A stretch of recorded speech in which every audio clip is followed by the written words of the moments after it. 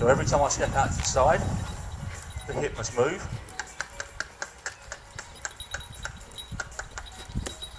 It needs to think, it needs to wake up. And as if by magic then, when I take that rope there, that hip, he gets the idea he's got to move. So the first time that we sit on a horse,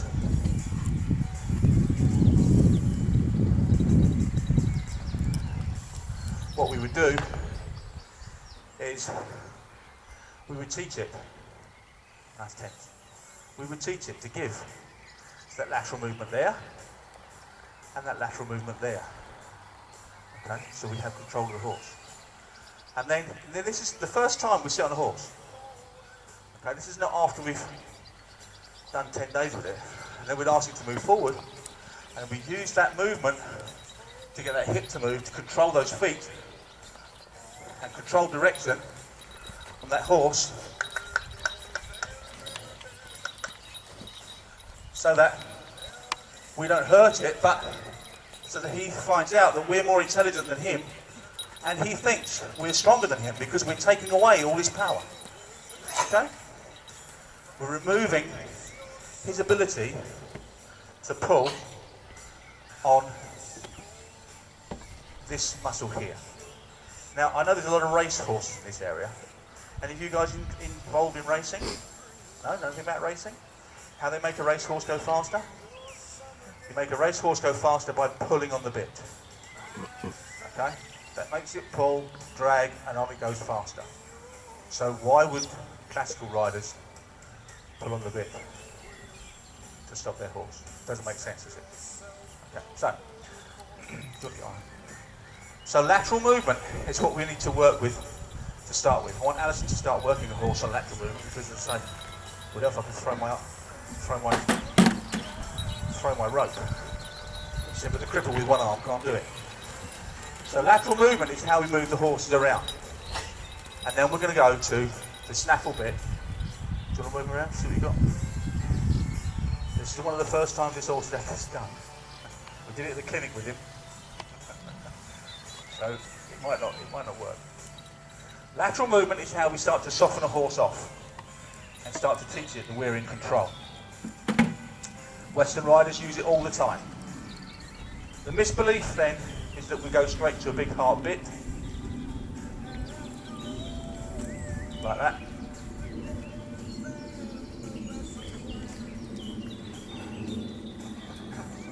To control the animal.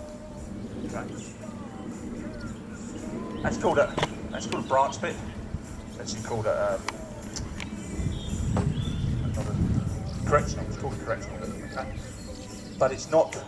The word correctional is kind of incorrect. It doesn't correct anything. All it's designed to do is correct the angle of the horse's nose. Because any bit, once you start to move away from your snaffle, 90%, perhaps a little bit more than that, of other bits work on pole pressure. Okay, from up here. So if you get another correctional, I've got my correctional here that I put this horse's mouth. So if you look at that bit there, okay, it has a pivot point through here. And when that pivots in the horse's mouth, it can't pivot in the horse's mouth. It can only go this far. And then it starts to act on pole pressure. Alright? Which is what, as I say, 90% of all of the bits, apart from snaffles, work on. So, when you talk about a horse that's bolting, or you have no control of it, a young horse or whatever, and you think about bitting up, you're going to bit up to a bit that has pole pressure. Pole pressure means it will respect that. If your horse doesn't do that when you touch it on the head, then there's absolutely no point whatsoever bitting up, putting anything other than a snaffle in its mouth. Because you're just doing nothing, aren't you? Okay? Pole pressure. Just that. Pole pressure. Now we teach them pole pressure from the ground, here. I should think probably 90% of the teaching of our horses is done from the ground. So we teach them pole pressure by getting hold of that nugget on top of the head there, and we squeeze it gently, we wait for a reaction. When we get a reaction, we release. Everything in this job is about timing and release. So as soon as we get a reaction, small reaction like that, I'm going to release. Tell them it's good. Okay. And then he starts to understand that pole pressure is the thing. The actual, we're not going to, I'm not going to preach about the different bits today because it's not my job today. But we move from a snaffle bit, sideways movement here, into a bosal, which is this. There's a piece of equipment here. Okay. And a bosal, to some people when they look at Western riders, they think that that is the be-all and end-all, that is the holy grail of soft, natural, there's that word again, natural horsemanship, natural riding. No, it's not. This piece of equipment is extremely painful if used incorrectly and has only one purpose, and that is to teach the horse vertical flexion.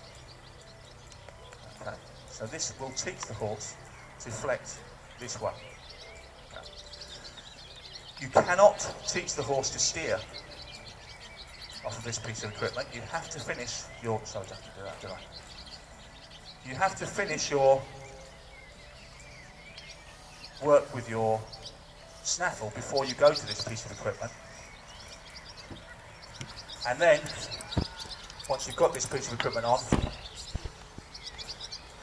your only movement this is to bump it there and teach him through ratchet treatment to do that. Okay? And then you can add your leg to that so that you've got the movement you want. Now, having said that, leaves a big gap. If I say you can't steer off this bridle, off this piece of equipment, how do you steer? Okay? How you don't steer, you don't do that. Okay? How you steer is because you've finished all your snaffle work, is you steer off your leg. So I'd open this leg to the left and my horse will start to turn to the left. I'll open my leg to the right and my horse will start to turn to the right. If I want him to do more, I'll push him to the right. If I want him to do more to the left, I'll push him to the left.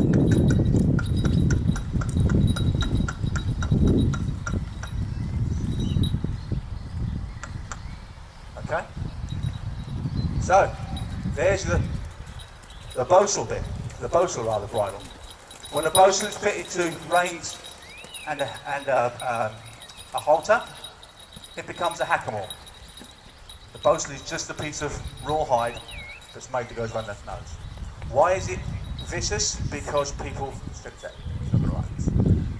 people believe that because it's not in their mouth, they can pull on it. When you pull on that, it tightens and tightens and tightens, and we have seen broken nose bones. Okay. In the wrong hands, these things are nasty, nasty, nasty. Just with any other equipment. The hands are everything. So let's make it lighter in there. So, this horse at 15 years old has already been put into a correctional bit. That horse at 10 years old has already been put into a correctional bit. And that's because under the rules of our competitions, we can't compete after 5 years old with a horse. We have to compete one-handed. And to ride one-handed under our rules, we have to ride with a branch bit. Okay? Now we might not have a correction in the mouth, we might have a straight bar. There are a myriad of different things that you can put in, that you can have in the mouthpiece, but this is really nice and soft and just gives it that extra piece of quality control. Why would we use such a big bridge with a 7-inch branch on it?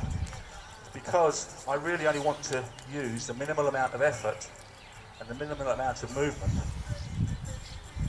to control my horse. The whole ethos of what we do as Western riders comes from the fact that we probably want to spend 18 to 20 hours a day on our horse,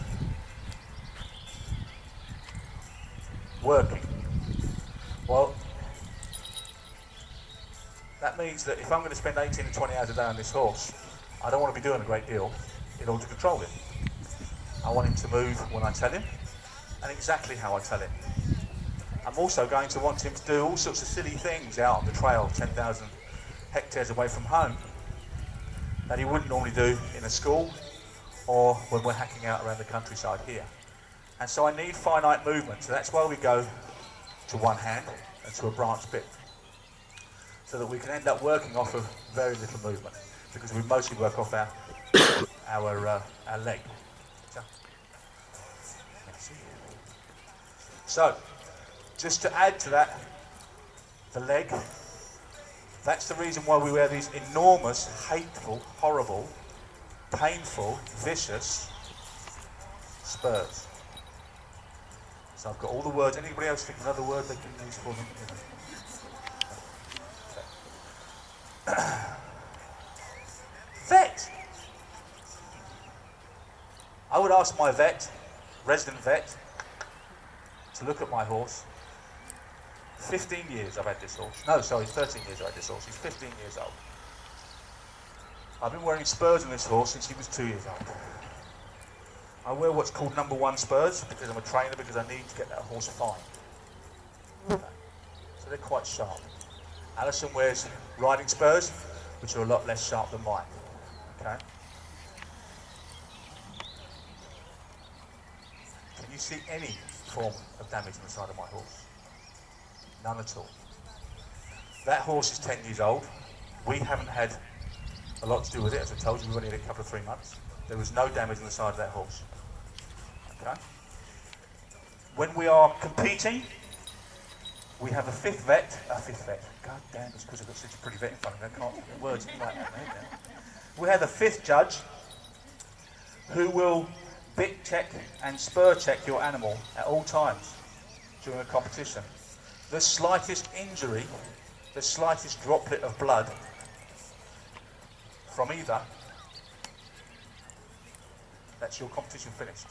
In fact, twice, and that's your competition season finished. Okay?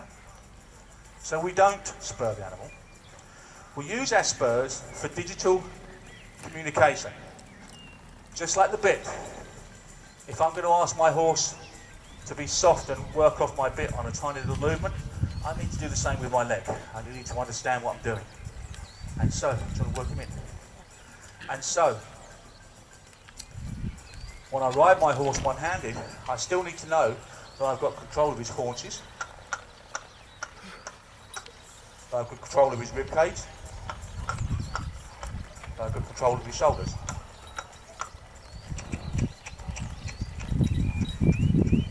That I have control of his nose. Okay, 99% of that is all from my leg. We all would like to have soft, quiet, responsive horses. They can only be as soft and quiet and responsive as the amount of time you put into asking questions quietly. Unfortunately, like children, if you say to a horse, please do this, after twice it will ignore you. If you say to a horse, please do this, if you don't, I'm going to hit you with a big stick. After 5 times, it's going to say, where's that big stick? If you then go, actually I was lying, I don't have a big stick, I'm not prepared to use that big stick, then you're going to lose. Okay? You're going to lose your horse, and you end up with a stiff and heavy horse. Because it learns to go around you. It learns to say to you, nah, up your bum. I don't have to listen to you. You haven't got a big stick. You lied to me. Okay? So, as you can see, these horses manoeuvre and they work softly and quietly. Now, we deliberately didn't work these horses before we come out. I don't do that. They came off the box into a new place they've never been to before. Deliberately explained for that one over there because he's never done this sort of thing before, just to see what his attitude would be. Okay? And so we've done it to prove that straight away when you go on your horse, he should be listening, and he should be controllable, pliable, malleable, and behaving correctly. Another question we're quite often asked is, why do our horses stop so quickly? Let me explain that quickly. Not quickly, in fact, no, I'll go into it in great detail. Our horses stop because we don't confuse them and we don't lie to them. When you are riding a classical horse, when you move your horse off, you collect your horse, you apply leg, and you move your horse forward. When you're collecting your horse classically, you collect your hand, you use your leg, and you collect your horse up. When you stop your horse, you take a contact, and you use your leg, and your horse sits down and stops. When you back your horse up, you take contact, and you use your leg, and your horse backs up. It's a lovely display of BHS riding. So, what in amongst that was a constant pattern? I take a contact, and I use my leg. I take a contact, and I use my leg. I take a contact, and I use my leg.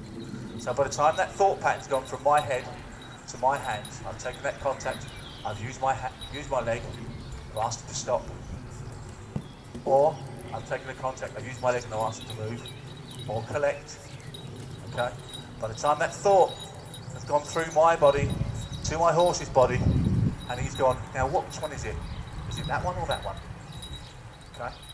No. That's how classical, not all classical riders, but a lot of classical riders ride. How Western riders ride, and Portuguese riders ride. If we want the horse to move forward, we will energise it by lifting it into, so it moves upwards into the movement. Okay. And then when we want it to stop, we will tell it to go backwards, just as we do in classical riding, backwards. So I say go backwards.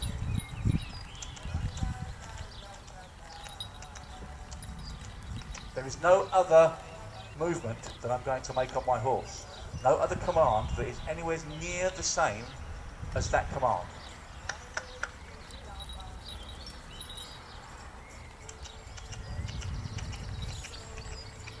So, there is no confusion. I'm not confusing.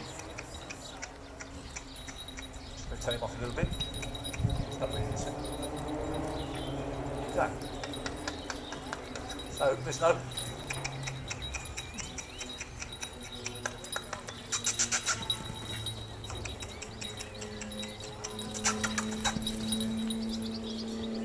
Nothing in that horse's brain is confusing him other than, holy Moses, I have to go backwards.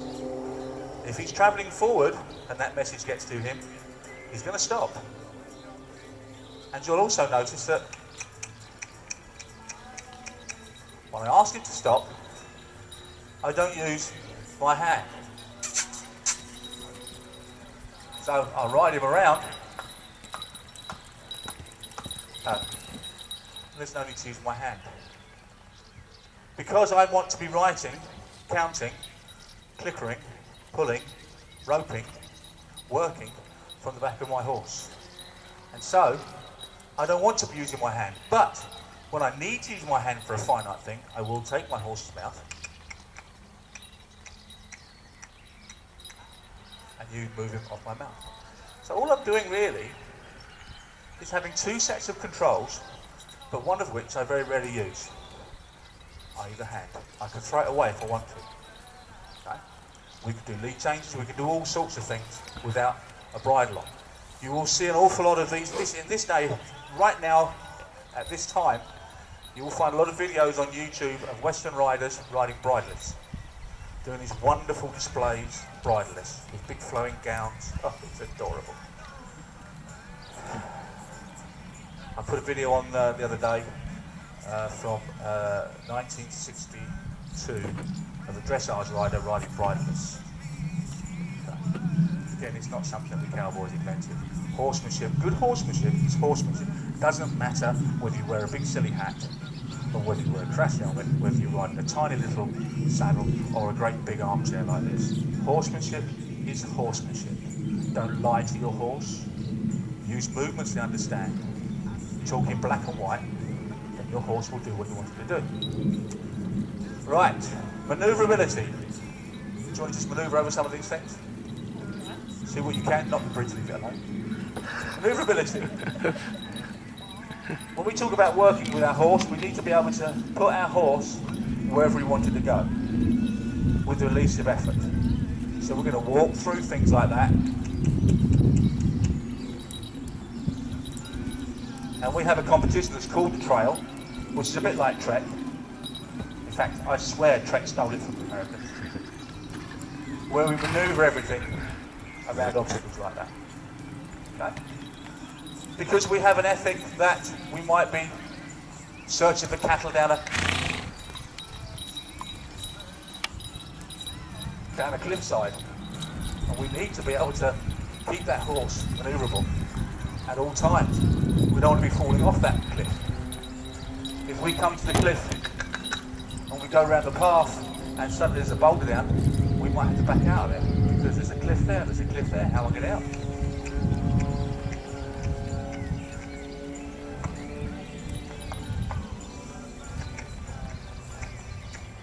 And I'm going to manoeuvre him out of there. The only way I can manoeuvre him is to make sure that before I start riding him out, and in my training, that I have control of the haunches, that I have control of the ribs, that I have control of the shoulder. Okay? All those things are easily, no, you have to work at it, but all those things you need to have before you sit on your horse.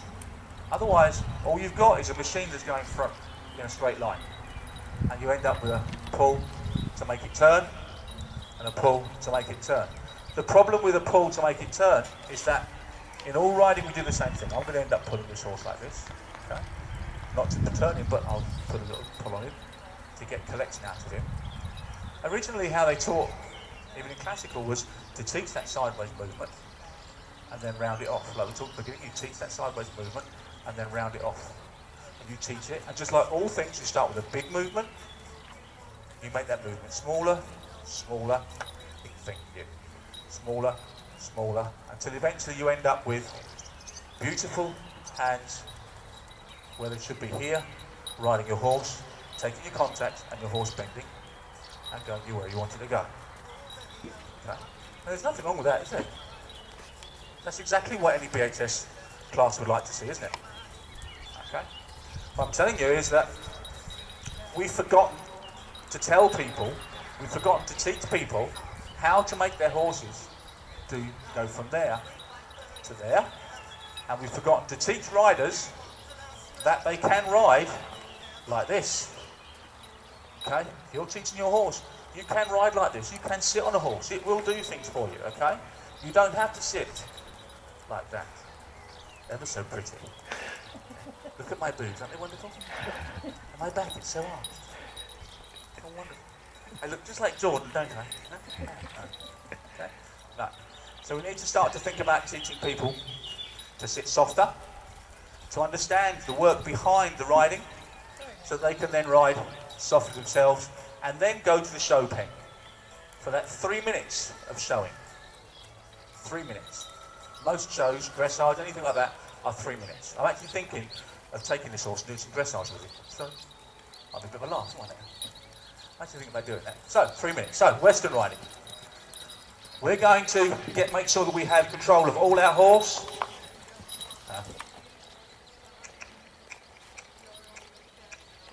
Who knows what obstacles I'm going to come across when I'm out and about?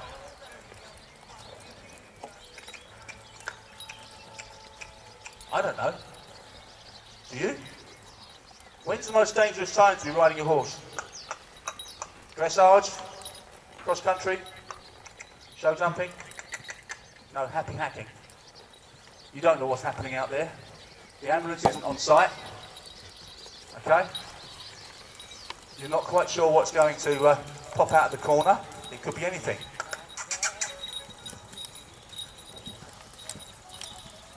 Just gonna warm this horse up a little bit. Let him to the rest of the arena. What's all that out there?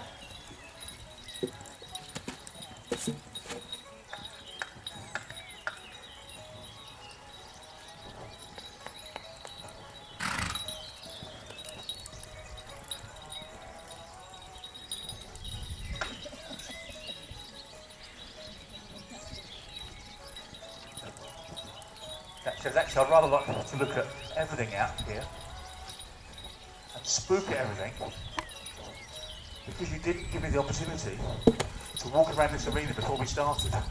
Bad, bad man.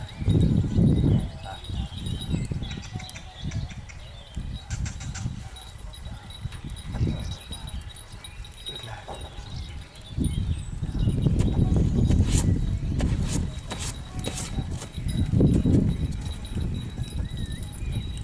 So rather nicely, we have this bridge here. Now we do bridges in Western Riding, but I've never seen anything like that, ever. And neither's my Jack. So, I'm going to see how he feels about it. Now for this, I'm going to take 2 hands because like I said to you, I'm going to teach you.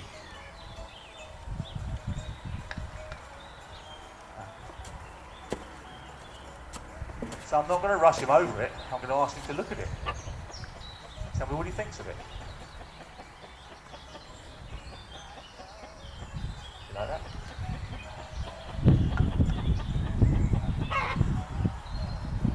And I'm going to ask him for 1 step at a time to see what it's like. Good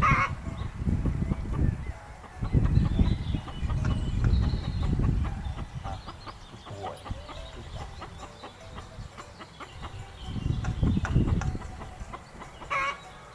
Good lad.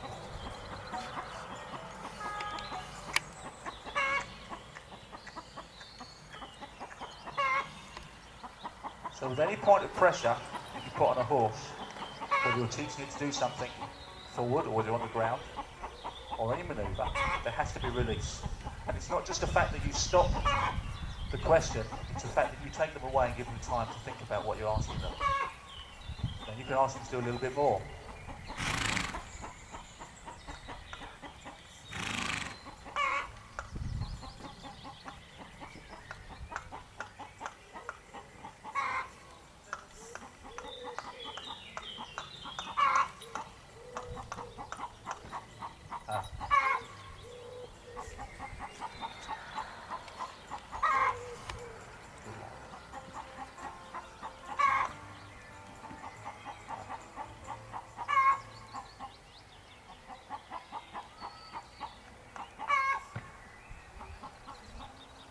Now then, I'm not going to lie to you, Jack has done the thousands and thousands and thousands of bridges, but never one like that. And that is quite incredible piece of equipment, I like that. Now, we don't know what that one's done. So, Alison's going to go and give that a go, aren't you, darling? I said to her, I said, I won't make you do that.